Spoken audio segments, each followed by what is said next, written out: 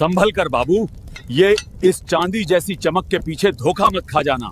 ये चांदी नहीं, ये सोडियम है। छूने में मुलायम, चाकू से ऐसे कट जाएगा जैसे मक्खन।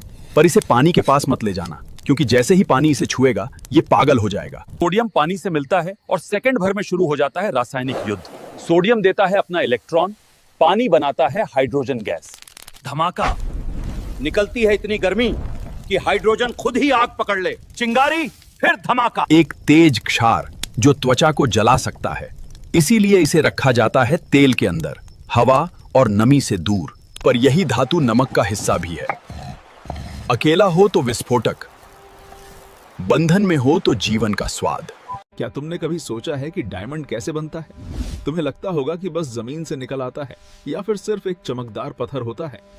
बात है, डायमंड धरती की सतह पर नहीं बनता। ये जमीन के लगभग 150-200 किलोमीटर नीचे मैंटल के अंदर बनता है। वहाँ प्रेशर इतना ज्यादा होता है कि कार्बन के एटम हिल नहीं पाते और टेम्परेचर इतना हाई होता है कि वे एक परफेक्ट क्रिस्टल स्ट्रक्चर में लॉक हो जाते हैं। लाखों साल तक लगातार हाई प्रेशर और हाई टेम्परेचर का असर रहता है, तब जाकर डायमंड बनता है। एक आम मिथ है कि डायमंड कोयले से बनता है। सच यह है कि डायमंड और कोयला दोनों अलग अलग परिस्थितियों में बनते हैं।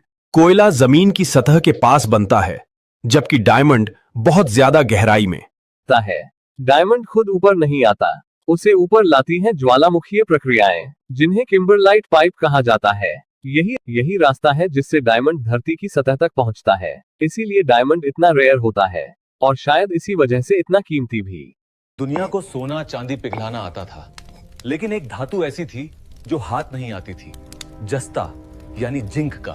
ये भूतिया धातु थी। जैसे ही इसे गर्म करो ये पिघलती नहीं, बल्कि भाप बनकर हवा में गायब हो जाती थी। यूरोप को इसे समझने में सदियां लगाईं। लेकिन हमने राजस्थान के जावर में ये चमत्कार 2000 साल पहले कर दिखाया था।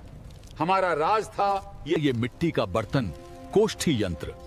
ये कोई आम मटका नहीं, एक उन्नत वैज्ञानिक उपकरण था। हमने इसमें जिंक की चट्टान और कोयला भरकर उसका मुंह बंद कर दिया। असली विज्ञान इसके बाद शुरू होता है। हमने इन बर्तनों को सीधा नहीं बल्कि उल्टा करके भट्टी में रखा। दुनिया में पहली बार डिस्टिलेशन हो रहा था। गर्मी से जिंक भाप बना, लेकिन हमने उसे ऊपर उड़ने नहीं दिया। उसे नीचे ठंडे बर्तन में जाने को मजबूर किया। नीचे ठंडक पाकर वो भाप बूंद बूंद करके शुद्ध तरल जस्ता बन गई। हवा से दूर एकदम प्योर जिंक। जावर की पहाड़ियों में हमने धातु विज्ञान की पहली औद्योगिक क्रांति शुरू की थी। इसी जिंक से पीतल बना।